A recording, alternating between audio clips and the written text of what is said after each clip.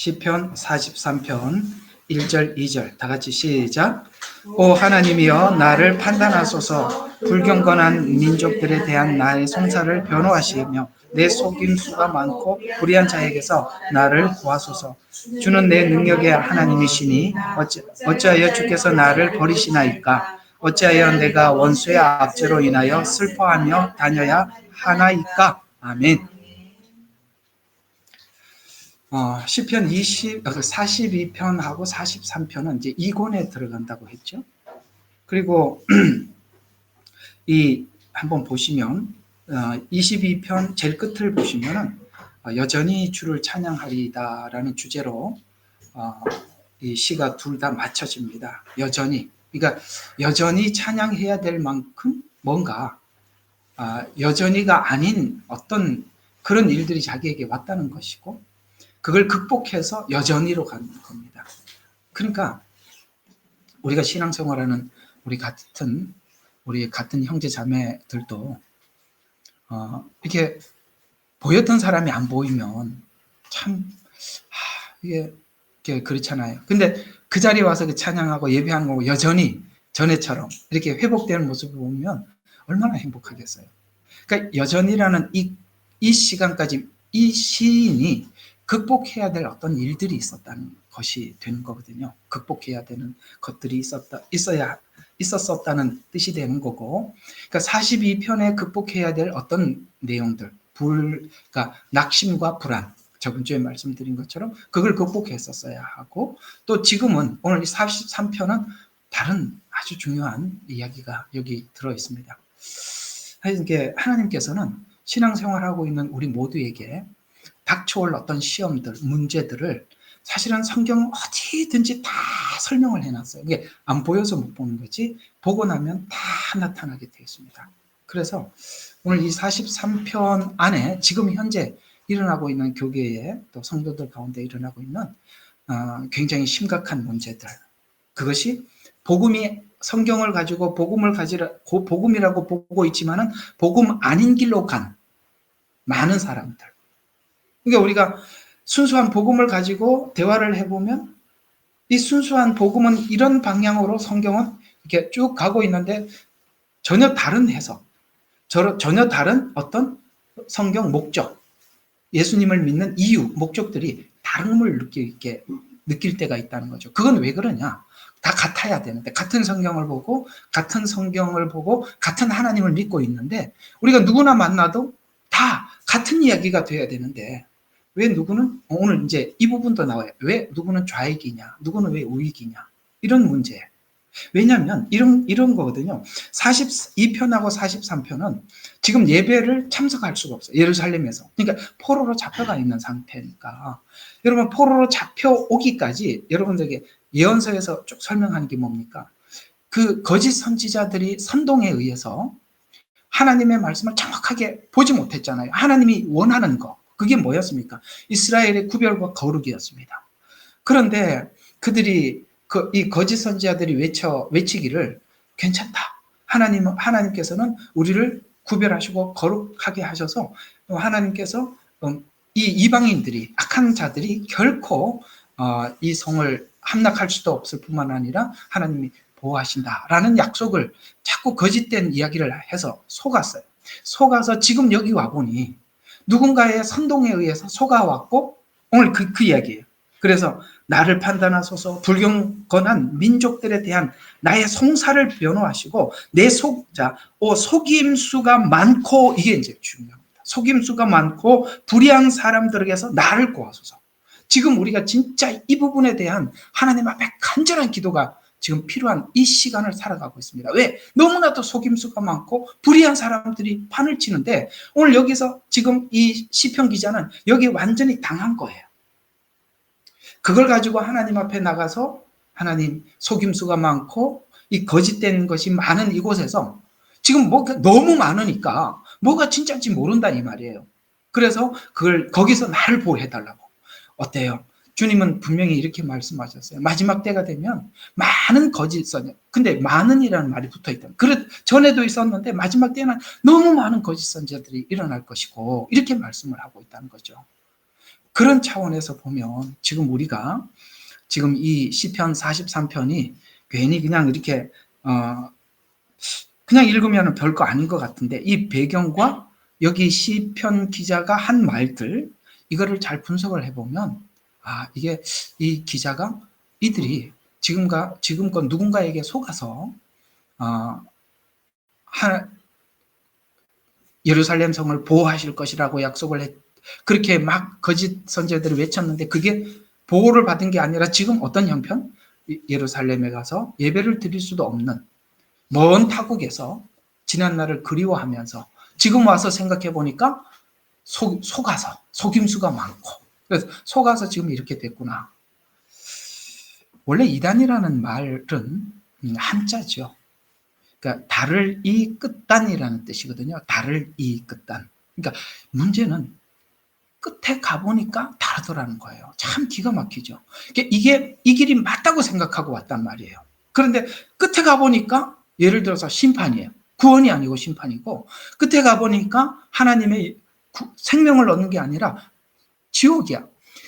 이게 마지막에 가서 확인하면 무슨 소용이 있냐 이 말이죠. 달을 이 끝단. 똑같은 책을 가지고 설명을 하는데 그렇게 다르게 가더라라는 그런 이야기입니다. 그래서 하나님께 이걸 지금 속은 것을 생각하면서 하나님 다시는 이런 일이 없도록 하나님 막 이렇게 하나님 앞에 간절하게 기도하면서 결국은 하나님께서 이 시인이 알고 있었던 그 복음 우리로 이제 지금 우리대로 표현하면은 진짜 이 복음이 진짜인 줄 알고 하나님께서 지금 너무나도 이렇게 속임이 많고 교묘해졌잖아요. 아주 교묘해졌잖아요. 그래서 여기서 하나님 나를 건져서 여전히 하나님 앞에 찬양하는 이 자리까지 나를 이끌어 주세요. 라고 기도한 이 기도가 지금 현실적으로 이 시대를 살아가고 있는 우리들에게는 너무나도 간절한 기도요. 오늘 이 시편 기자가 기도한 이 기도는 우리가 참 깊이 되새겨 봐야 한다는 뜻입니다. 자, 그래서 이 42장과 43장은 이 여전이라는 말로 이렇게 모든 그 마지막에 끝을 맺고 있는데요. 42장은 주제가 낙담과 불안이었다 그랬죠? 낙담, 이건 다 하나님을 향한 믿음, 미래에 대한 약속에 대한 확신이 없을 때 오는 거죠. 낙담. 내가 이거 애굽이 낫지 않나?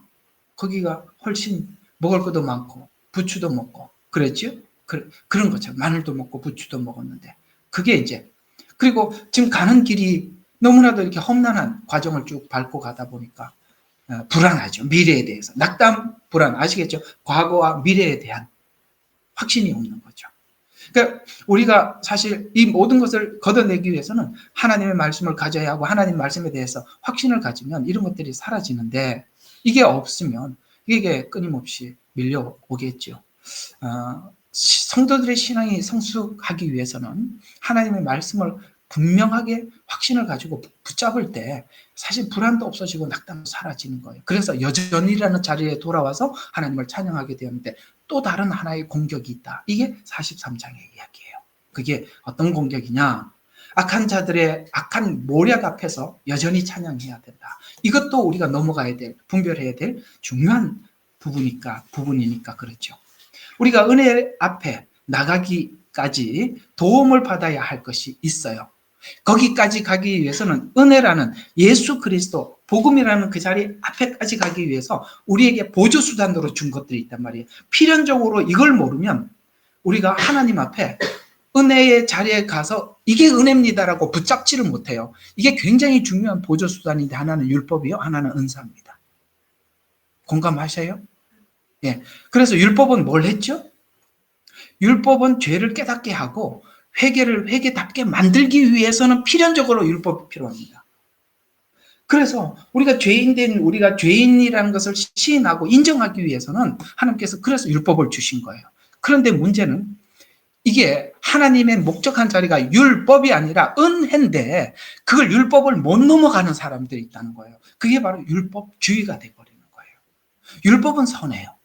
그러나 율법주의가 돼버리면 우리가 샘플로 본 누구? 바리새인들. 그 사람들 되는 거죠. 그래서 율법은 죄를 깨닫고 회개하도록 안내는 하지만 율법주의에 빠지게 만들어서 율법을 지키는 자와 지키지 않는 사람들을 나눔으로 끝나는 거예요. 그래서 우리 신앙이 뭔가를 자꾸 나눔으로 우리가 끝이 나고 연합으로 가지 못하면 이거는 분명히 사단은 항상 나누는 일이에요. 율법과 가진 자와 지키지 않은 자 이렇게 나누는 걸로 끝내요. 그래서 내 마음속에 뭔가를 자꾸 비교하고 나눔이 있다면 여러분들이 지금 은혜의 자리에 올인하지 못한 거예요. 아직도 가는 중인데 문제가 있는 거예요. 그건 율법주의에 빠질 수가 있다는 거예요. 또 하나 뭐가 있어요? 은사도 도움을 주지요. 주님 앞에까지 가는 사이에 엄청난 도움을 받습니다. 은사를 통해서 하나님의 존재를 발견하게 되고 그 다음에 하는 역할을 하지만 이것도 은사는 도움을 주지만 또 은사주의에 빠질 수 있다는 거예요. 은사 자체에 빠져버리는 거죠. 그래서 은사주의에 빠지게 하여서 은사 행하는 자의 치유와 능력 아시겠어요? 그 어떤 은사의 치유와 능력에 치중하게 된다. 집중하게 된다. 그게 바로 또 은사주의에 빠져버리는 거예요. 이 은사주의는 어떻게 하느냐면 둘 다 공통점이 현실에 빠져버리게 하는 거예요. 지금 내가 말씀을 지켰느냐 못 지켰느냐, 지금 내가 지금 병든 몸이 치료돼야 되느냐 말아야 되느냐, 지금 하나님 앞에 예를 들어서 뭐를 받아야 되느냐 말아야 되느냐, 아시겠어요? 현재에 빠지게 된단 말이에요. 앞으로 못 나가게 만든단 말이에요. 앞으로 가야 어디를 갑니까? 은혜의 자리에 가는 거예요. 근데 반드시 이걸 넘어가야 어떻게 합니까? 주님 앞에 가는데 그게 이렇게 하나님 우리가 은혜라는 자리, 십자가라는 보좌, 그 자리가 목적인데 거기를 보고 가면 되는데 이게 도움을 주고 있는데 도움을 받는 걸로 끝을 내면 되는데 거기 이쪽으로 쏠려버린다는 거예요. 존 번연의 철로 역정에 보면 그 유명한 말이 있잖아요. 어떤 사람이 이게 장차 망할 성을 떠나서 천성을 향해서 가는데 보니까 두 마리 사자가 있더라는 거예요. 이쪽으로 치우쳐도 잡혀먹고 저쪽으로 치우쳐도 잡혀먹는 거예요. 그런데 자세히 보니까 이 사자들에게 줄을 묶어놨어요. 그래서 딱 있잖아요. 이렇게 더 이상 못 가게. 근데 이렇게 치우치면 오른쪽으로 치우치면 오른쪽 사자에게, 왼쪽으로 치우치면 왼쪽 사자에게 잡아먹히는데 정확하게 중앙을 딱 지나가면 이 묶여가지고 자기를 해할 수가 없어요. 그게 은사와 율법이에요. 됐죠? 예. 그런 것이 있어요. 그래서 이 시편 42장과 42편과 43편의 배경이 동일한 상황. 예루살렘 성전에서 멀리 떨어져 있는 상황에서 지은 지로 성전에서 예배하지 못하는 상황에서 하나님께 가까이 가기를 간절히 소망하는 마음을 담아서 43편은 억울함과 고통, 불의한 사람들로부터 구원해달라는 간구를 하나님께 드리는 기도인데 이 부분에 대해서 우리가 이제 이쪽으로도 치우쳐서도 안 되고 저쪽으로 치우쳐서도 안 된다고 했잖아요. 그런데 이제 로마서에 보면 하나님께서 로마서에서 보면은 이런 말씀이 나와요. 첫째 아담과 둘째 아담이라는 말로 첫째 아담은 하나님 시험에서 실패한 자로, 둘째 아담은 그 시험에서 이긴 자로. 그럼 아시죠? 에덴 동산의 아담을 이야기하고 있고 둘째 아담이라고 표현한 것은 예수님을 상징하고 있는데 에덴 동산에 찾아와서 아담에게 시험했던 방식 이렇게 해서 우리가 치우치게 만드는 거거든요. 근데 치우쳐져 버렸죠. 에덴 동산에서는.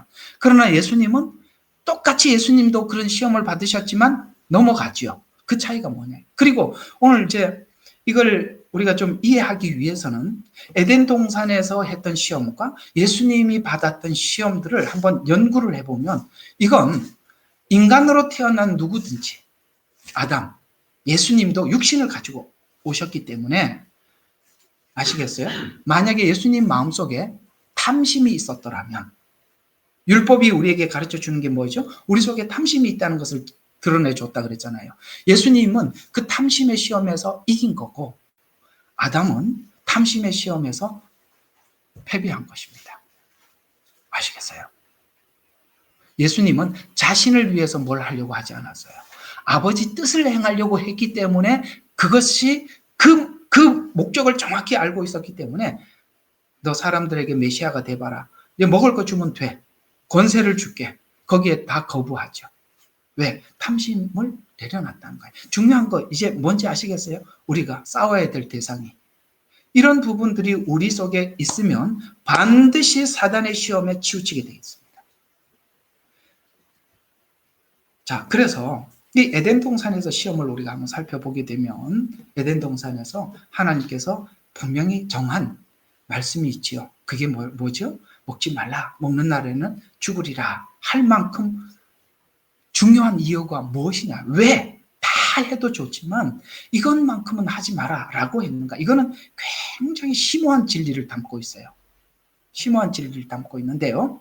만일 이런 뜻이 있죠. 만약에 인간이 선악을 우리가 판단하기 시작하면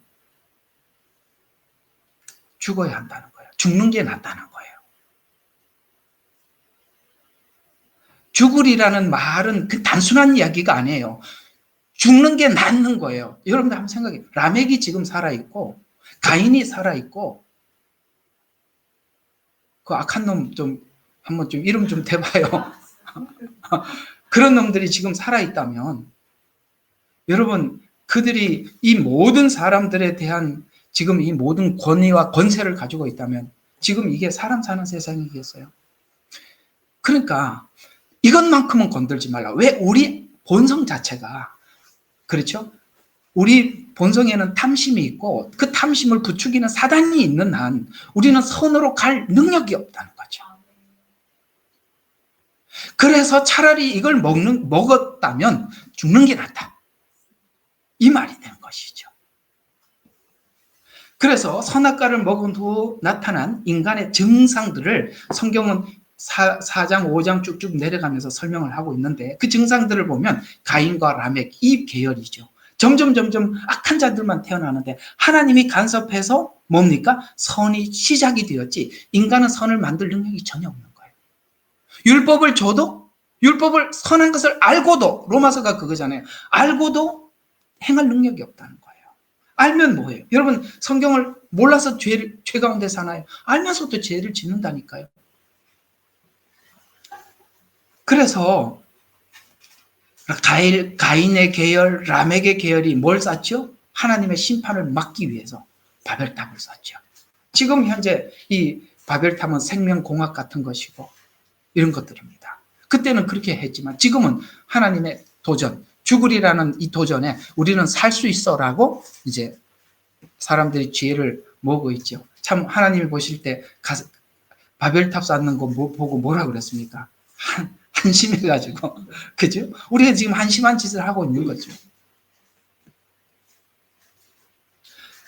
그래서 이 사단은 아담 하와에게 와서 그러니까 미혹하는 말에 목적이 있는 거예요. 그 말을 주고받으면서 그 말의 뒤에 숨어있는 의도를 캐치를 해야 되는 거예요. 이해가 가요? 캐치를 해야 되는데 이렇게 하죠. 인간에게 묻는 질문과 같은데 하나님이 선과 악의 기준을 정하여서 너를 컨트롤하기 위해서 독점하려고 하는 것이다. 이런 게 담겨 있어요.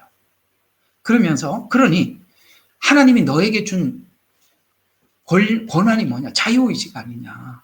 그러니까 하나님이 법을 말이잖아요. 줬다 하더라도 네 자유의지가 거부할 능력이 있지 않냐. 예를 들어서 뭐 법이 올라왔으면 거부할 능력이 있듯이. 그러니까 하나님이 인간에게 준 이 고유한 자유의지는 하나님을 중심을 다해서 찬양할 수도 있고 하나님의 말씀을 정면으로 거부할 수도 있는 거예요. 오늘 왜 이런 이야기를 풀어가는지 뒤에 보면 알아요. 왜 좌우가 나누어져 있는지. 이런 문제까지 성경은 다루고 있다는 겁니다. 그러니 자유의지로 대항하라. 자유의지로 지금 엄청난 대항을 어디까지 대항을 했는지 보면 기가 막히는 자리까지 올라와 있어요. 그래서 이걸 우리는 흔히 말해서 이런 이야기를 하죠. 신권. 신권이 뭡니까? 하나님의 주권. 먹지 말라. 먹는 날에는 죽을. 이게 주권이에요. 하나님의 주권이에요. 근데 인간에게 이 하나님의 주권에 인간 스스로가 호응할 수도 있고 반항할 수도 있죠. 그게 자유의지예요. 그래서 지금은 뭐라고 하느냐면은 하나님의 신권을, 주권을 인간의 자유의지로 대항하는 거예요. 지금 나오는 법들이 전부 다 성경 반대 법들입니다. 그래서 마지막에 종말이 온 거예요. 자, 그러면은 이런 식으로 해서 사단이 어떤 숨은 의도를 가지고 그렇게 말을 하고 접근을 했냐 이거죠. 그건 뭐냐? 하나님의 창조의 목적을 거스르려고 하는 것이죠. 하나님의 창조의 목적이 뭐예요? 우리와 주님이 함께 사는 겁니다. 한 마음을 가지고 그걸 끊어놓으려고 하는 것입니다. 여러분, 사단의 의도는 욥기에 잘 나와 있어요.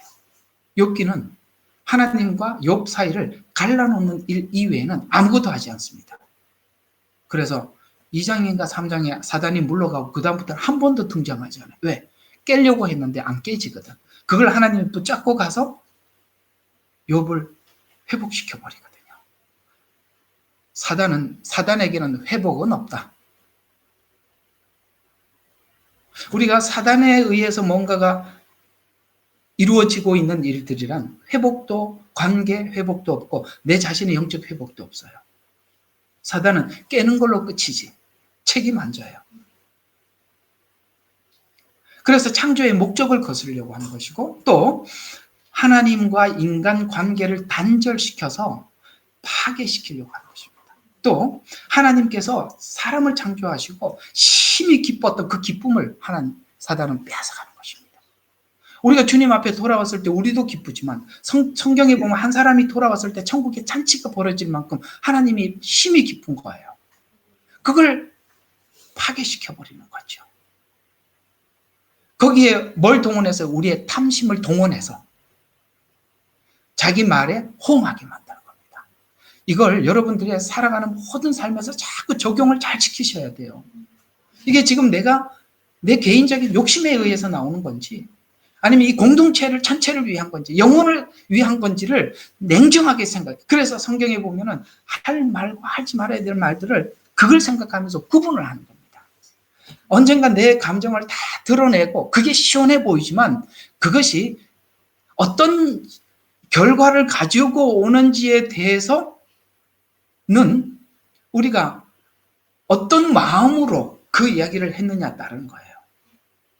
여러분들도 최소한 그냥 목사님, 사모님 반만 오셔도 이 교회 공동체 전체를 우리가 사랑하게 되고 생각하게 되고 영혼들이 실족하는 것에 대해서 생각을 하면 우리가 해야 될 말과 하지 말아야 될 말, 가야 될 것. 원래 시편이 처음부터 어떻게 시작했어요? 복 있는 사람은 악인의 꾀를, 악인이 보인단 말이에요. 그 꾀가 보인단 말이에요. 오늘 여기 악인의 꾀에 대한 이야기잖아요. 꾀를 알지 아니하고, 그 다음에 죄인의 길에 서지 아니하고, 오만한 자의 자리에 앉지 않는 거. 그걸 구별을 해야 어디를 앉아야 되는지, 가야 되는지, 따라가야 되는지, 이걸 구별을 못하면 늘 사고치고 사는 거예요. 그래서 선동하는 방법이 어떤 거냐? 이게 이제 보세요. 이게 지금 나온 신학들, 지금 교회 안에 왜 같은 성경을 가지고 전혀 다른 해석을 하고 다른 목적을 두고 사느냐? 보세요. 너무 기가 막혀요. 이게 뭐냐면 하나님의 독재를 막아라. 인권으로. 그래서 지금 전부 다 이게 뭡니까? 법이라는 것으로 제정을 합니다. 이제 로마서 하면 나와요. 악한 죄를 지으면서도 옳다 하느니라. 이게 법으로 제정을 했다는 거예요. 옳다 하느니라. 우리 다 합의했으니까, 성경은 그렇게 말하지만 우리가 합의했으니까 괜찮아. 그래서 죄에서 자유를 주는 겁니다. 법으로. 그러나 여러분, 법에서 자유를 얻었다고 해서 우리가 하나님을 믿는 우리들이 거기서 자유를 얻어야 되겠어요? 말이 안 되는 거잖아요. 근데 이상하게 그쪽으로 많은 사람들이 쏠려서 따라가고 있다는 거예요. 그게 뭐냐? 오늘 여기 본문에 이야기하고 있는 속임, 불의한 사람, 거기서 나를 구해달라는 거예요. 그래서 한번 보세요. 지금 나온 모든 것들이 이상하게 창세기 2장과 3장 이야기하고 부딪혀요. 그 옛날에는 신명기나 이런 데 나오는 작은 율법들, 그런 거 하고 법이 싸워왔다면 지금은 하나님의 창조, 근원까지 올라간 겁니다. 더 이상의 죄는 없어요. 끝입니다. 한번 볼까요? 자, 이 노동신학이라는 거, 해방신학이라는 게 있어요. 이게 어디하고 참 놀랍게 창세기하고 다 펴보세요. 창세기 3장 17, 18절. 그러니까 성경이 이런 이야기를 하고 있어요. 안 하는 게 아니에요. 하고 있어요. 이런 이야기들을 우리 보고 알려주고 싶은 거예요. 분별하라고, 미혹당하지 말라고. 자, 노동해방신학은 이 말씀과 정확히 정면 배치됩니다. 창세기 3장 17, 18절. 자, 또 하나님께서 아담에게 말씀하시기를 내가 내 아내의 음성을 경청한 까닭에 내가 내게 명하여 말하기를 너는 그것을 먹지 말라고 한 그 나무 열매를 먹었으니 너로 인하여 땅은 저주를 받고 너는 전생의 동안 고통 중에 그 소산을 먹이리라. 여러분, 땅이 이렇게 된 건 죄의 결과라고 분명히 말씀하고 있어요. 그래서 이렇게 이야기합니다. 또 땅은 내게 가시나무와 엉겅퀴를 낼 것이요 너는 들의 채소를 먹을 것이라. 그렇죠? 저주를 받고 전생의 동안 고통 중에서 소산을 받으래. 노동이라는 거예요. 노동. 하나님이 일하라고 하셨어요. 노동의 해방신학이 뭡니까? 이 노동에서 해방되자. 있는 사람들 거 뺏어서 없는 사람들에게 나누어줘서 거기 노동으로부터 자유로워야 하라. 왜 있는 놈들은 없고. 그러니까 이게 우리한테는 귀에 속 들어오는 거예요. 마치 아담에게 했던, 하와에게 했던 말처럼 귀에 속 들어오는 거예요. 왜? 아시겠어요? 예, 하나님과 동등되고 싶은 이런 마음을 부추기는 것처럼 우리 인간이, 여러분, 새벽에 출근하기, 사장은 왔다가 휘 구경하고 가고 나는 그 시간에 죽 자고 일을 해야 되고, 그게 속상하잖아요.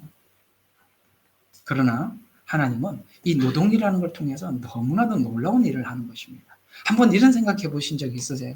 이 모든 사람들이 다 놀고 논팽이가 돼서 그러면 24시간 동안 이 사고가 얼마나 많이 터지겠어요. 우리가 일을 함으로써 우리 인생을 생각하고 하나님께 근본을 생각하면서 하나님을 찾아갈 수 있도록 이것을 통해서 우리에게 은혜라는 자리로 몰고 간다는 걸 아셔야 돼요. 노동에서 해방되는 것이 하나님의 뜻인가요? 이걸 보고 사회개혁이라고 이야기하는 거예요. 사회구원이라고 하는 거예요. 잘 들어요. 이 단어 잘 기억하고 계셔야 돼요. 이 좌익들이 이야기하는 것은 전부 다 사회구원이에요. 성경은 개인구원을 이야기하고 있는데 이 좌익들은, 사회운동가들은 전부 다 사회구원이에요. 예. 그래서 이 노동에서 해방해라. 노동에서 해방되려면 있는 사람들 거 뺏어서 나누어 주겠다. 이건 다 사단이 어떤 다른 의도를 가지고 하와에게 거짓말한 것처럼 그렇게 말하는 정치인들은 실제는 다른 목적이 있죠. 왜? 자기들이 권력을 잡고 이제는 영원토록 이 권력을 유지하겠다는 거. 마치 저기 북한이나 중국 같은 데 보면 얼마나 부럽겠어요. 정치인들이. 여기는 막 이쪽에도 싸워야 되고 저쪽에도 머리 쓰고 그지 아시잖아요. 막 이게 야당하고 여당하고 싸는데 저기는 한 당만 있으니까 얼마나 편해. 이건 우리 한번 짚고 넘어가야 돼요. 성경에 오늘 나오는 김에 이 부분을 정확하게 한번 정리하고 갈 필요가 있어요. 아유, 목사님 좌판에 우판에 이런 얘기 하지 말고 성경적으로 보자고요. 지금 이런 것들이 뭐와 충돌하게 나왔는지. 성경하고 충돌되면 아닌 거거든. 자, 두 번째, 여성 해방 나옵니다. 자, 3장 16절과 배치됩니다. 창세기 3장 16절. 여자에게 말씀하기를 내가 너희 고통과 너희 임신을 크게 늘리리니 내가 고통 가운데서 자식을 낳을 것이요. 그러니까 여성 생애 속에 있는 고난이 있죠. 그런데 분명히 이렇게 말했어요. 너의 바람은 내 남편에게 있을 것이니 남편이 너를 주관이라고 분명히 말씀하고 있어요. 그게 뭐죠? 여성 해방. 맞아요? 이거하고 충돌되잖아요. 고린도전서에서도 분명히 그렇게 말씀하고 있거든요. 그러니까 이런 사람들이, 여성들이 약자들을 통해서 자기들 권력을 잡기 위해서 여성 해방이라는 말만 썼을 뿐이지, 아까 말했잖아요. 사단이 이렇게 말은 하고 있지만 의도는 다른 게 있다고.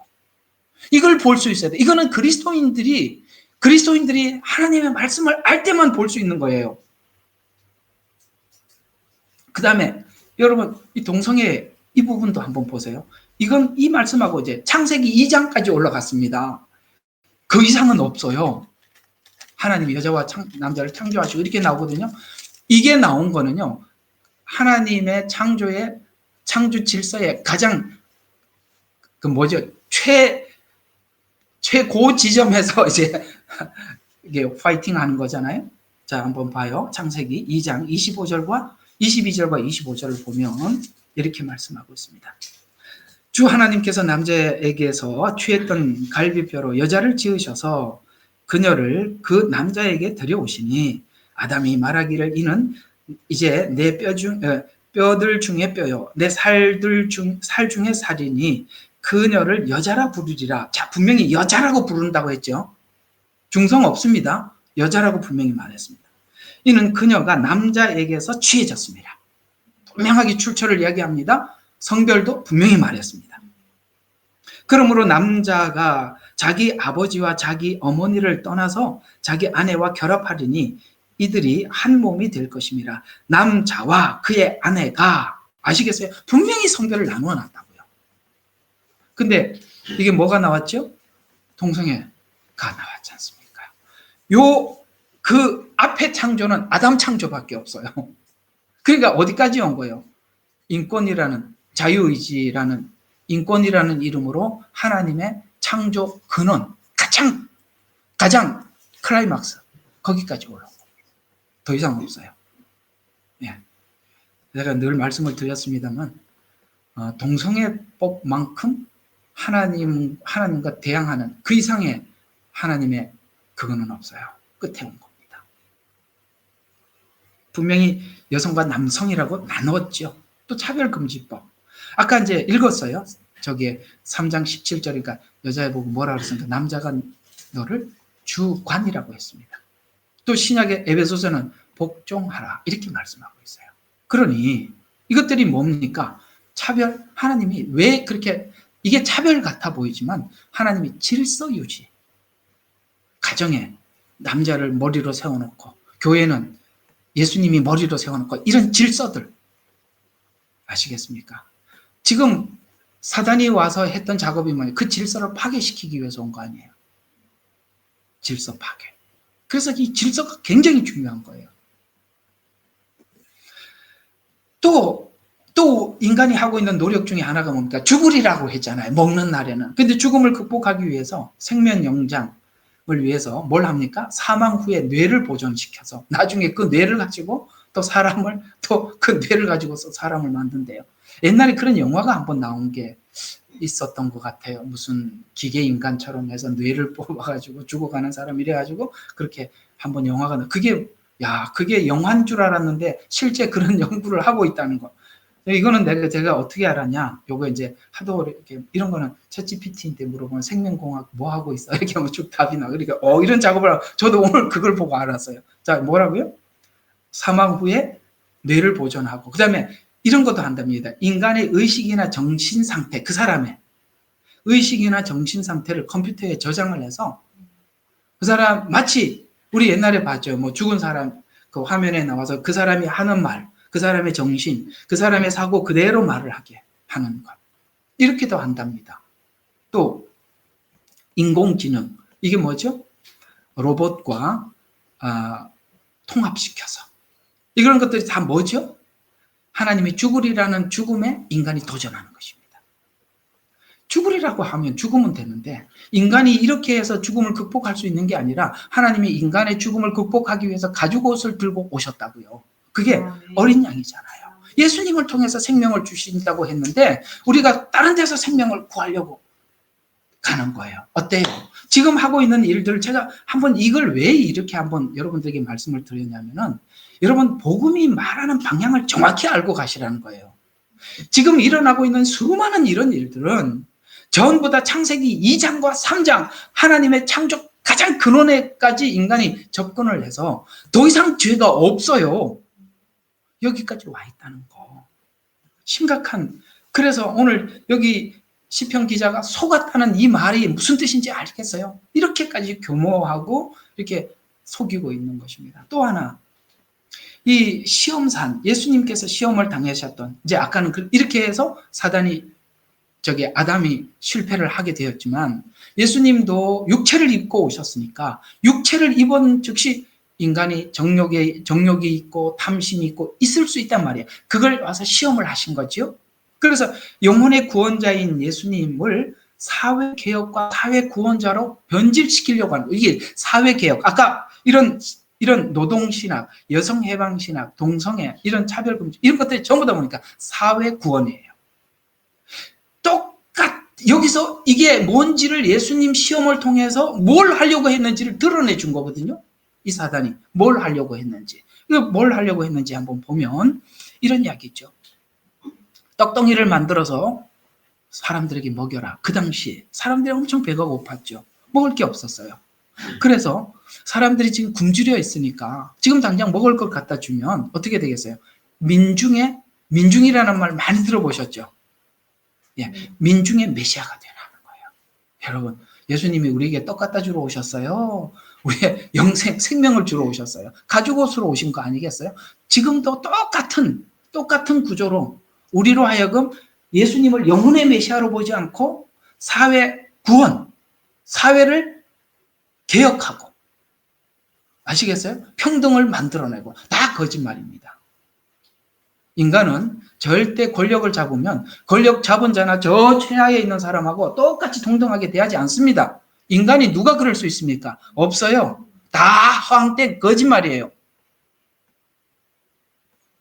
그래서 뭐라고 해요? 떡덩이를 만들어서 민중의 가난한 자를 살피는 메시아가 되라. 그러면 졸제 바로 메시아가 되겠죠. 다들 공약할 때 뭐라 그래요? 내가 당신들 잘 먹여주겠다고. 그렇지, 종 되겠다고. 무슨 종이에요? 이제 되고 나면 얼굴도 못 봅니다. 이런 게 다 환상이라는 걸 아셔야 돼요. 정확하게 깨트리고 성경과 말씀을 통해서 정확하게 우리가 갈 길을 볼 수 있어야 돼요. 치우치면 안 된다 이 말이에요. 그 다음에 성전 꼭대기에서 뛰어내려라. 그래서 메시아됨을 사람들에게 증명해라. 너의 능력을 증명해서 민중이 따르는 메시아가 되라. 이 다 자익들이 외치는 부분들이거든요. 또 뭐죠? 나에게 한 번 절해서 천하만국을 다진 권력을 얻어라. 내가 다 줄게. 자, 한번 봐요. 한 번. 예수님이 그걸 할 수 있는 능력이 있지요. 한 번만 하면 돼요. 그러면은 십자가에 죽을 필요 없어요. 우리가 왜 이런 데 속아 넘어가느냐면 자기를 부인하고 자기 십자가를 질 마음이 없기 때문에 속아 넘어간다 이 말이에요. 주님이 가신 길이 어딘지를 보셔야죠. 주님을 따라가셔야죠. 분명히 나를 따라오려거든 이라고 말했어요. 그러면 나 안 따라오려면 이 길 안 가면 나 안 따라와도 돼. 딴 길로 가게 돼 있다 이 말이에요. 그러니까 우리가 신앙이 주님이 말씀하신 그 고난에 참여하고 하나가 되고 그 길을 갈 준비가 되어야 이런 데 선동을 당하지 않는 거라 이 말이에요. 그래서 나에게 한 번만 전해 원세를 가져라. 그렇게 되면 예수님은 사람들에게 민중의 메시아는 될 수는 있어도 뭐가 되지 못하죠? 우리의 영혼의 구원자는 되지 못하는 거예요. 그래서 다시 오실 예수님은 정사와 능력을 가지고 올 것이에요. 지금 여기 있는 것 주님 다시 오시면 다 가지고 오실 일들이에요. 그죠? 사람들에게 모두 나누어 줄 겁니다. 공의의 나라를 만드실 겁니다. 이거는 천연왕국이에요. 미리 하나님이 우리를 구원하고 십자가에서 구원하고 훗날 이 나라 올 거예요. 이런 나라는. 그걸 사단이 뭐라고 거짓말하느냐. 당신들이 만들 수 있다는 거예요. 우리가 그걸 만들어 놓으면 주님이 오신대. 정말 이 악한 놈들 그냥 앞에 있으면 진짜 한 대 때려주고. 말이 돼요? 우리가 만들어 놓으면 주님이 오시나요? 그 주님이 우리 다 만들어 놓은데 오시나요? 여러분 죽을 때까지 그게 만들어지겠어요? 지금 이스라엘 백성들이 지금 바벨론 포로로 잡혀온 것은 거짓 선지자들의 선동 때문에 왔다고요. 거짓 선지자들이 어떤 방법을 썼겠어요? 똑같은 방법. 여기 지금 아담에게 했던 방법, 예수님께 했던 방법, 똑같은 방법으로 거짓 선지자들이 그렇게 사람들을 선동을 하는데 우리가 십자가의 길을 가기를 원치 않으면 누구나 이 선동에 넘어가는데 놀랍게도 이스라엘이 그렇게 선동을 할 때 대부분은 거짓 선지자들의 말을 듣고 주님 앞에 돌아오지 않았다는 거예요. 사랑하는 여러분, 우리는 복음이 간 그 가시밭길을 가기를 결정하고 가셔야 돼요. 내려놓으면 안 돼요. 마음 풀면 안 돼요. 그래서 또 미혹하는 방법도 교묘합니다. 어떻게 했죠? 말씀을 인용을 했어요. 그죠? 꼭 하나님 말씀 시편에 이렇게를 이렇게 하고 앉아 있어요. 근데 말씀을 인용했다고 다 옳은 게 아니라 뭐가 중요하냐? 말씀을 적용하는 방향을 분별해야 되는 거예요. 지금은 이 신학이라는 이상한 신학들이 너무 많이 나와가지고 말씀을 인용은 해요. 여러분, 그 이만희가 말씀 인용을 했으니까 넘어갔죠? 그렇죠? 이단들이 말씀을 인용 안 합니까? 말씀을 인용해요. 그러나 뒤에 목적도 달라요. 그래서 그 목적에 맞춰서 지금 말씀을 인용할 뿐이에요.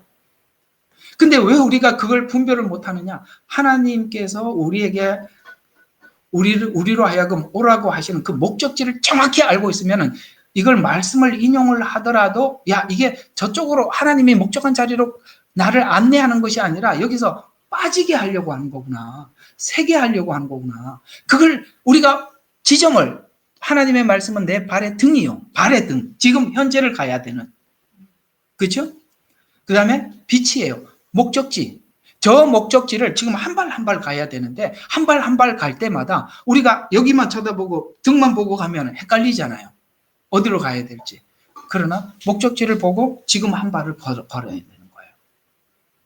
그렇게 가셔야 돼요. 말씀을 인용했다고 다 옳은 것이 아닙니다. 그 다음에 말씀을 또 변형을 하기도 해요. 어떻게 변형합니까? 자신이 목적하는 용도대로 말씀을 바꾸어서 적용하도록 유도합니다. 예수님 그걸 알아차리셨죠. 그래서 말씀 적용을 잘못 적용시킴으로써 분별을 하여서 우리는 거부해야 되는 겁니다. 그래서 말씀을 적용하기도, 말씀을 꺼내놓기도 하고 때로는 말씀을 약간 앞에 말을 뒤에다가 뒤에 말을 앞에다가 이렇게 변형시키더라.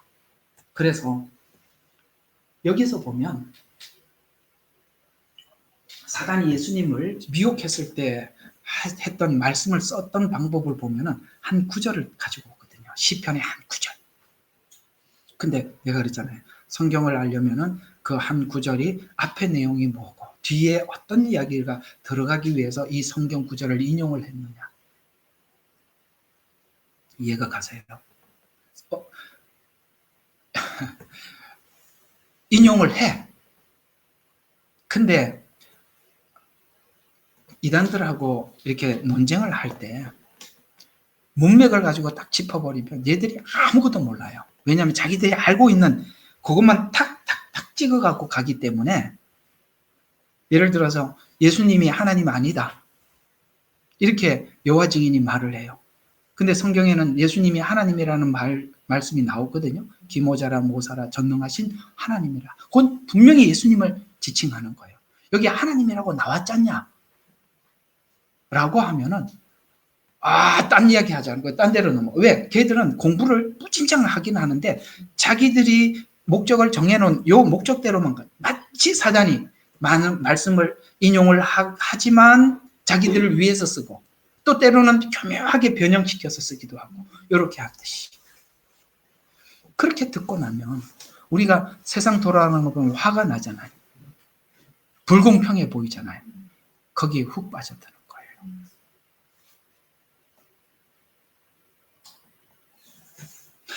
자, 그래서 사단이 목적하는 것은 예수님이 오신 목적인 대속의 속죄를 하지 못하게 해서 하나님과 우리의 관계를 회복 불가능하게 만들므로써 보세요. 결국은 이렇게 하는 목적이 뭐예요? 하나님과 우리 관계를 파멸시키려고 하는 것이죠. 분열시키는 겁니다. 혼란케 하려고 하는 것입니다. 현대 사단은 두 가지를 모두 사용하고 있어요. 에덴에서 사용했던 방식, 예수님께 사용했던 방식을 모두 사용하고 있는데 우리가 지금 이렇게 만들어진 모든 법들이 자유의지, 자유의지로 말씀에 저항하라는 거죠. 그래서 우리로 또 그렇게 처음에 이렇게 분별을 했다 하더라도 우리가 처음에 분별을 했다 하더라도 성경 해석을 아까 변형을 시킨다 그랬잖아요. 다양한 성경 해석을 줘서 요즘은 열을 만나서 얘기하면 열이 다 틀려. 이렇게 다를 수가 있나? 어디까지는 맞는데 어디에서부터 또 아니야. 참 이상한 거예요. 그죠?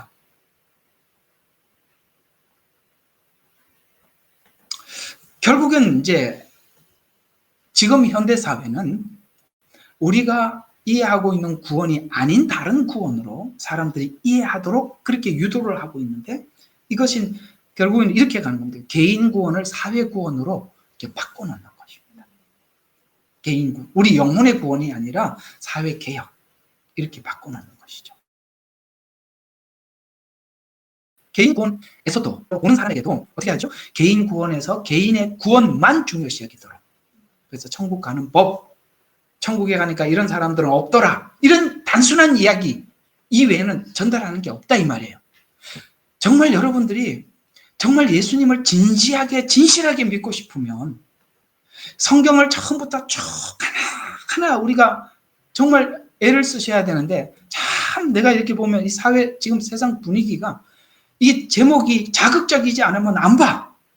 나는 진짜 반대로 여러분들이 자극적이지 않는 복음적인 내용을 좀 봤으면 좋겠는데 그런 데는 관심이 없어. 그건 뭐죠? 그냥 가느냐 못 가느냐에 관심이 있는데, 아니 당신이 결정하는 게 아니고 하나님이 결정하신다니까. 내가 간다고 확신이 있으면 뭐 할 거예요? 하나님이 아니라 그러면 끝인데, 안 그런가요? 사람들이 누구한테 물어보고 구원에 확신이 있냐고, 확신이 있다 그러면 아우 됐대. 뭐가 됐는데? 자기가 확신이 있으면 된 거예요? 난 정말 이 답답한 사람들, 이렇게 이게 무슨 단순은 이렇게 단순할 수가 있나요? 네? 아니 빼기하고 더하기밖에 못합니까? 그래서 이 개인 구원에도 어떻게 하면 구원을 받느냐, 거기에 관심이 있다는 거예요. 구원 받는 법, 뭐 응답 받는 법만 가르쳐 달래.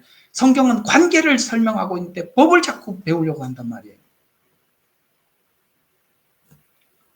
또 사회 구원을 위해서 여러 가지 운동을 아까 그렇게 만들었어요. 이런 세상을 바라보는 시인은 정말 지금 이게 보고 나니까 뭐가 보여요? 악인들이 득세하고, 맞죠? 속이는 자가 너무 많고. 근데 답답한 건 오늘 이 시에 올려드리는 이 시의 내용은 왜 하나님은 침묵하시는가? 이 부분을 하나님 앞에 지금 기도하고 있는 거예요. 이 정도는 돼야 예수 믿는 사람이죠. 볼 줄도 알아야 되고, 하나님 왜 침묵하는지 질문도 할 줄 알고, 그건 분별을 했기 때문에 할 수 있는 거고, 대부분은 이거 안 하죠. 누가 그거 하겠어요? 모르는데. 속고 있는 것도 모르는데, 자기가 가고 있는 방향이 어딘지도 모르는데 누가 그걸 하겠어요? 이 교회 안에 목사님들이 이게 이런 설명을 하면 교인들이 다 나가니까 안 하려고 그래요. 해야죠. 왜 안 해? 예? 성경에 나와 있는데. 사람 가는 게 그렇게 무서워요? 그런 게 무서운 게 아니라 하나님 앞에 섰을 때가 무서운 거예요. 사람 가면 갈 수도 있죠. 오면 올 수도 있어요. 그게 중요한 게 아니라고. 예? 나도 하나님 앞에 서야 되잖아요.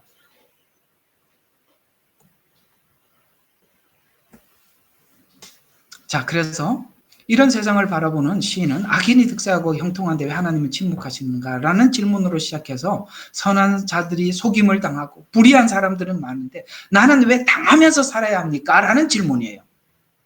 그래서 하나님이 선하신 속성이 악인들의 형통에도 왜 침묵하시는가? 그리고 나도 내 이 안타까움에 대해서도 하나님 왜 침묵하십니까? 라는 이야기로 시작을 해서 선인들의 고난은 악인들로부터 오는 것인데, 우리가 지금 받는, 우리가 베드로 후서에 보면 하나님께서 고통받는 롯을 구원하기 위해서 소돔과 고모라 성을 심판했다고 말씀하고 있어요.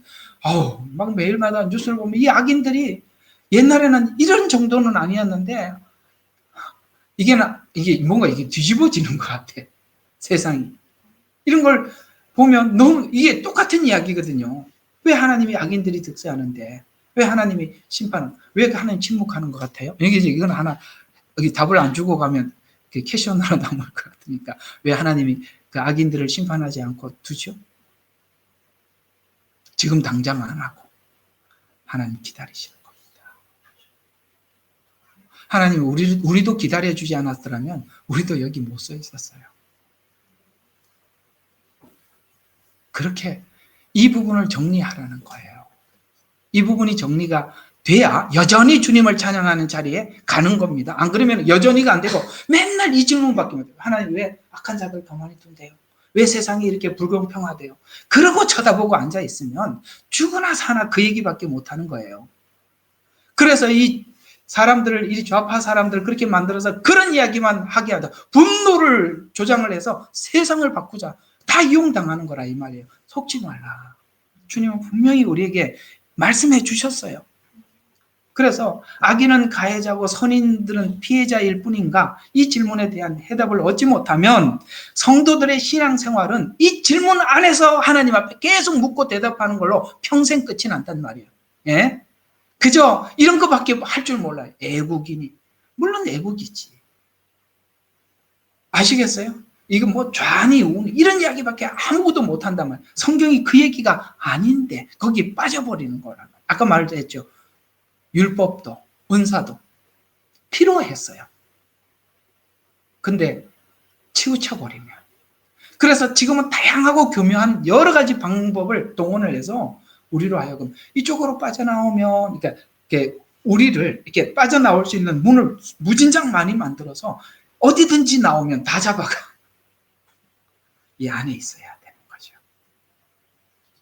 성도들이 겪는 현실적 문제에서 이 현실적인 문제들을 종말론적으로 답을 얻지 못하면 하나님 마지막에 다 구분하고, 아시겠어요? 그걸 믿는 거예요. 우리는 악인과 선인을 하나님께서 분명히 구분하는 그날을 믿는 겁니다. 곡식은 추수를 당하고 포도송이는 밟히는 것을 우리는 믿는 거예요. 그러니까 하나님이 우리에게 하고 싶은 이야기는 그거 내가 마지막에, 그래서 원수 갚는 것은 주께 있으니 주께 맡기라고 말씀하신 거예요. 네가 그런데 선동돼서 나가면, 아시겠죠? 이게 복음이 이야기하는 다른 방향으로, 우리 혹시 그런 거 봐서요. 분노하라, 분노하라, 분노하라. 그렇게 사람들 분노하게 만들어서 결국은 그건 다 이용하고 자기가 권리를 얻고 정권을 차지해서 분노하라, 분노하라, 또 종이 되는 거예요. 바보 되지 말아요. 성경을 보면서도 어찌 그렇게 사냐. 오늘 뭐 시원하게 한번 정리하는 김에 합시다. 아시겠죠? 중간중간 계속 하는 것도 좋지도 않고 정확하게 알고 갑시다. 그래서 성도들이 겪는 현실적인 문제에서 이런 문제들이 하나님 마지막에 심판하신다는 이 종말론적으로 답을 얻지 못하면 믿음이 현실에 집착하게 되어서 자꾸 악과 선, 여러분 악과 선을 하나님이 정한다 그랬잖아요. 근데 좌가 볼 때는 우가 악이고 우가 볼 때는 좌가 악이야. 왜? 그게 사람이 정하니까 그런 거예요. 근데 우리는 그렇게 사람이 정한 거에서 속지 말고 성경이 뭐라고 말을 하는지 보라 이 말이야. 아이고 이 답답한 사람들. 왜 그렇게 사람이 그러니까 저쪽 사람들은 끊임없이 이쪽이 악이라 그러고 이쪽은 저쪽이 계속 악이라 그러는데 저쪽 사람들이 왜 못 알아듣냐. 아이고 이게 이미 나누어졌다니까요. 그 다음에 또 복과 저주. 하나님 누구에게는 이렇게 복을 주시고 나는 왜 이렇게 힘들게 살게 합니까? 이렇게 이분법으로밖에 못 나눈다 이 말이에요. 상과 벌. 그러면 우리가 거기 머물러서 더 나가지를 못하는 거죠. 그러면 우리가 어떻게 되면 부한 자들을 미워하게 되고 불공평한 세상에 투쟁하는 기독교가 되어서, 그래서 지금 이런 이상한 일들이 일어나는 거예요. 예? 투쟁하는 기독교. 아이고 이 좌파들이 얼마나 목사들이 많은지 몰라. 예? 이게 무슨 기독교가 투쟁하는 기독교입니까? 영혼을 구원하는 복음이잖아요. 그 투쟁을 하고 있으니까 이게 보일 리가 없죠. 이런 사상들이 현실과 기독교 정의를 만나서 쉽게 받아들이게 되고 현재 이런 형태의 기독교가 이해하는 사람들이 점점점 많아지고 있다. 왜? 참지를 못해. 복음을 가지고 그래서 귀가 가려워서 마지막에 자기 귀를 즐겁게 해줄 스승을 많이 준다는 거. 왜? 내가 그걸 원하고 있어요. 그러니까 아시겠어요? 거짓 선지자가 괜히 생기겠어요? 이렇게 하면 거기 모이는 사람이 있으니까 가는 거 아닙니까? 복음을 오해하면 부와 가난, 억압과 억압당하는 자, 공정과 불공정, 평등과 불평등으로 그것밖에 못 나누는 거예요. 그러면 분노하게 되고, 이렇게 되면 투쟁하는 기독교가 되고, 이런 투쟁에 나서게 만들어서 악한 자들이 자기 권력을 유지하는데 이용당하고 나중에 다시 북한 보셨죠? 처음에 이렇게 이용을 당해서 빠져나오지도 못해 자기들이 거기 갇혀버리잖아요. 그래서 세력을 모으는 방식으로, 때로는 좌라는 이름으로 세력을 모으기도 하고, 때로는 우라는 이름으로 세력을 모으기도 하고. 아시겠어요? 그 세력을 모으기 위해서 그냥 사용하는 것이 불과해요. 근데 나쁜 놈들이 많아요. 그래서 잘 보고 하셔야 돼요. 목사가 이게 나쁜 놈이라고 해도 될지 모르겠지만 말이 참 거칠어지네요. 그래서 세력을 모집해서 사회주의 형태의 국가를 만들려 하지만 성도들이 복음에 대한 이해를 정확히 하고 있다면 미혹을 당하지 않고 복음이 정해준 방향으로 쭉 나갈 수가 있는 것입니다. 이런 착각에 빠져서 나오지 않으면 복음이 사회 구원에서로 이해됨을 꼭 기억해야 하는 것입니다.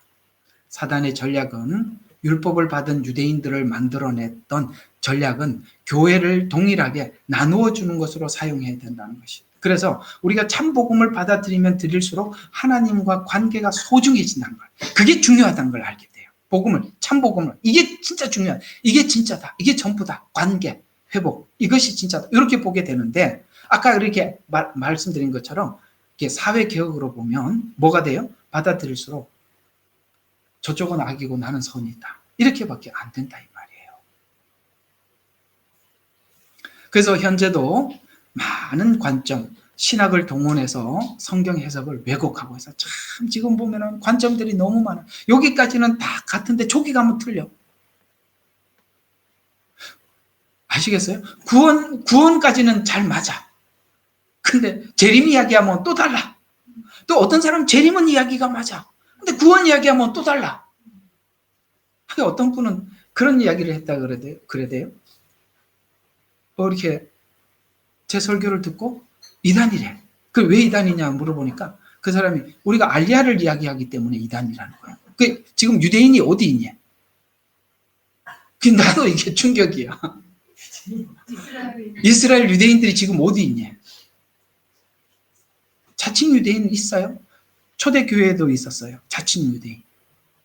에베소 교회 가서 자칭 유대인들이 설교를 했어요. 왜 자칭 유대인이라고 했느냐? 초창기에는 이 복음을 전하는 부르심을 유대인들에게 주셨거든요. 너희는 가서, 여기서 말하는 너희는 다 유대인들이었습니다. 그래서 유대인이라는 이 말 자체가 말씀에 권위가 있었어요. 그래서 자칭 유대인이라고. 그래서 이 복음을 왜곡시켰잖아요. 지금도 마지막 때 참 유대인들이 있습니다. 아브라함의 후손이 있어요. 근데 또 자칭 유대인들이 있는 거 알아요. 없다는 이야기가 아니에요. 있어요. 그러면 하나님이 저기 흩어져 있는 유대인이 누군지 분별도 못 하십니까? 이렇게 답답한, 아시겠어요? 다 맞다가 거기 가서 또 비끗, 저기 가서 비끗. 왜? 너무나도 많은 사상들, 대체 신학, 이것이 완전히 갈라놓은 거거든요. 결국에는 이 알리야를 모른다는 것은 대체 신학으로 성경 해석하고 있다는 아주 정확한 반증입니다. 아시겠습니까? 그렇게 복잡한 시대. 참 너무너무 복잡해. 지금은 뭐가 다 재림도 서로가 이야기가 다르고, 그 다음에 구원의 이야기도 다르고, 교리도 이상하게 다르고, 이렇게 다 이렇게 나눠졌단 말이에요. 그래서 이런 여러 가지 해석으로 이게 우리로 하여금 이렇게 하게 만든. 그래서 이렇게 이제 사회 개혁, 이것이 이제 다른 교단도 이런 게 많이 있는데, 특히 이게 누구죠? 한국기독교회 장로회, 기독장로회. 여러분 기장이라고 하죠. 이렇게 원에다가 이렇게 무슨 화살표처럼 이렇게 놓고 그게 이제 기장. 거기가 완전히 좌익이거든요. 이게 대표적으로 문익환 목사 같은 사람들, 이런 사람들은 아까 말한 것처럼 이렇게 사람들 선동해서 공산주의를 추앙하는 사람들이죠. 이런 사상은 반기독교적 사상이고 반성경적 사상입니다.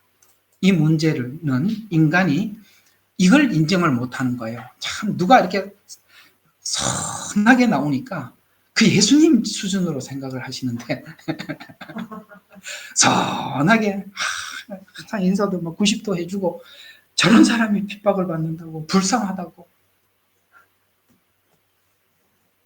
그걸 아셔야죠. 인간이 가지고 있는 사악함, 탐욕, 숨은 그 악을 부인하시는데 본인은 없으신가? 그러면 이 복음이 주체가 민중이 되고 인권이 되는 거예요. 이게 민중이라는 단어, 인권이라는 말, 이런 말들이 두드러지게 많이 하고 있다면 이 복음이 사회 구원으로 갔다, 이렇게 보시면 됩니다. 보통 보면 이 단어들을 하도 많이 써서, 이 단어들을 많이 써서 이게 계속 나와.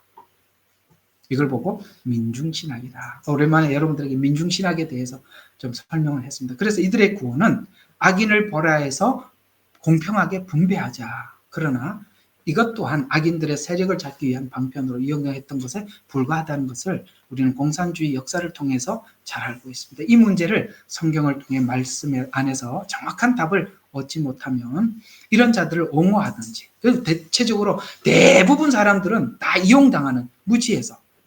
그래서 잠재적 민중신학에 돌입할 가능성이 높습니다. 그래서 성경이 기록하고 있고 이 단계를 필연적으로 우리 보고 넘어야 한다. 아시겠어요? 아담이 그 유혹을 당했고 예수님조차도 그 유혹을 받았다. 너희들 그걸 넘어야 여전히 주님을 찬양하는 정상적인 복음 앞에 서게 된다. 성경은 우리에게 이걸 넘어오라고. 왜 끝에 여전이라는 말을 붙였겠어요? 이걸 넘어가야 거기 서 있으니까. 자, 오늘 이야기들을 정리해 보겠습니다. 야, 우리는 이런 생각이 오늘 들죠. 와, 성경이 이런 이야기도 하고 있었네. 없는 줄 알았는데 있지요. 하나님이 우리 영혼을 얼마나 사랑하시는데, 하나님 앞에 진심으로 주님을 구하고 그 복음 앞에 서려고 하는 사람들은 하나님은 어디를 봐도 다 우리 문제들을 해결하고 답을 주는 말들이 있다고요. 있어요. 이 과정을 다 잘 넘으셔서 우리 복음 앞으로, 하나님 앞으로 나가는 저와 여러분이 되시기를 주 예수 그리스도의 이름으로 축원합니다. 우리는 역사상 가장 중요한 시점을 지나고 있습니다. 하나님께서는 하나님의 일을 하시기 전에 사람을 준비시키셨음을 우리가 알고 있습니다. 하나님 말씀은 마지막 때에 대추수, 대부흥의 때가 있다고 분명히 예언하고 있습니다. 아멘. 하나님의 말씀이 그대로 성취될 것을 믿습니다. 예레미야 눈물은 잠자는 교회와 영혼을 깨우기 위해 노력하고 있습니다. 이 가슴 뛰는 일에 함께 하길 원하시는 분은 카카오 채널로 연락 주시기 바랍니다. 당신은 위대한 하나님의 사람입니다.